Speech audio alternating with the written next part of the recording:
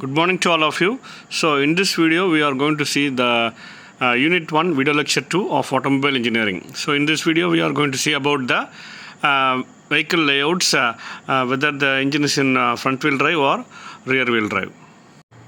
So in this, the first classification is front engine rear wheel drive. Okay, so in this, after the inside the rear bumper we are having the radiator, which gives enough coolness to the chillness to the engine with the terms of several methodologies, and behind the radiator setup, the engine is being installed. Actually it is installed just above the front axle, and it has the steering mechanism, everything, and beneath the engine we are having the clutch and gearbox arrangements.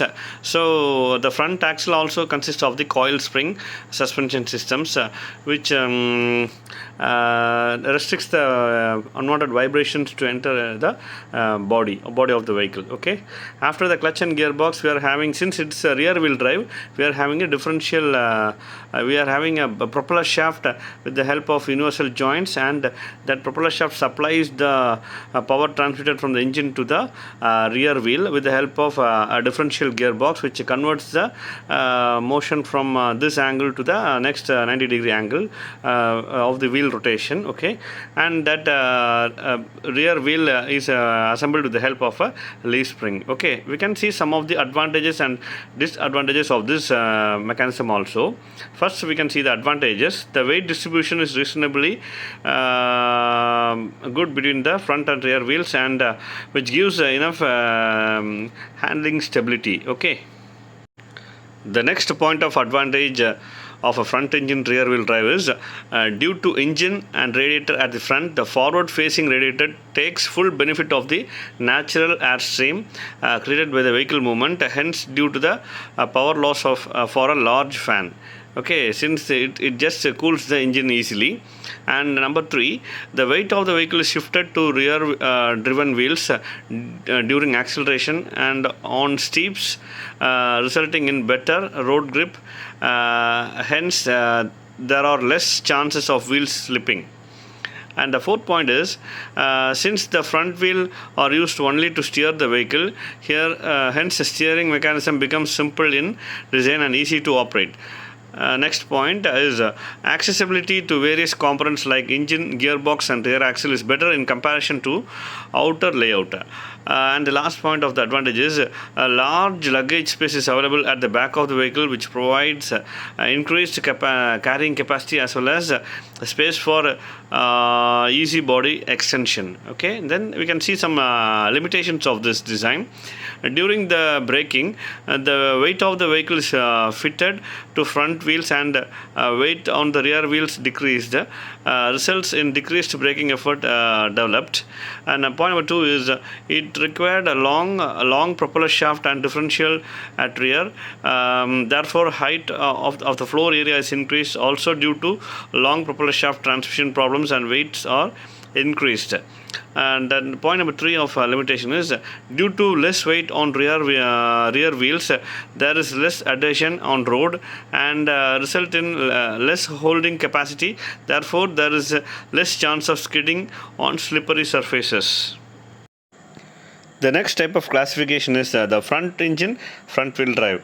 So in this case, so we are missing that universal joints, differential gearboxes as well as the propeller shaft. In case the whole setup, the engine is placed directly on the front axle itself, as well as the power is also transmitted to the front wheels.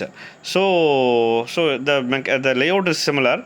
Behind the front bumper, the the radiator, and there is the engine and the front axle. And the front axle only we are giving the power supply as well as the steering mechanism. Okay, the front axle lies in the front side of the vehicle. Then engine, gearbox, clutch arrangements are in the side of the engine, and then the rear axle is totally detached from the front axle. Okay, there is no connection between the front axle and rear axle. So in this type, what are the advantage and limitations you can see?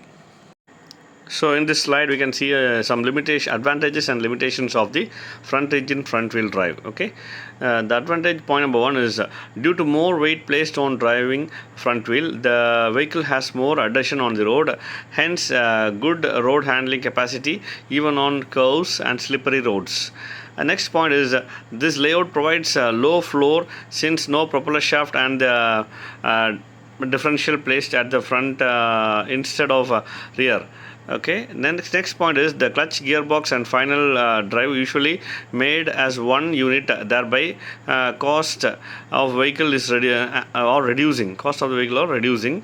Okay, next the fourth point is the vehicle does not take to sharply turn in the curve due to tendency of understeering.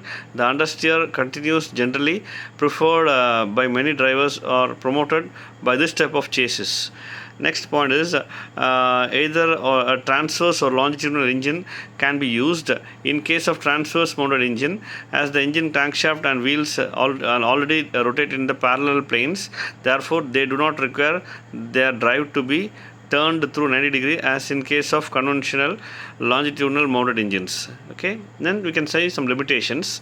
The weight on the driving front wheels is reduced during acceleration and climbing of steep gradient due to weight of the vehicle shifting to the rear wheels, hence result in decreased tractive effort which makes slippery gradient.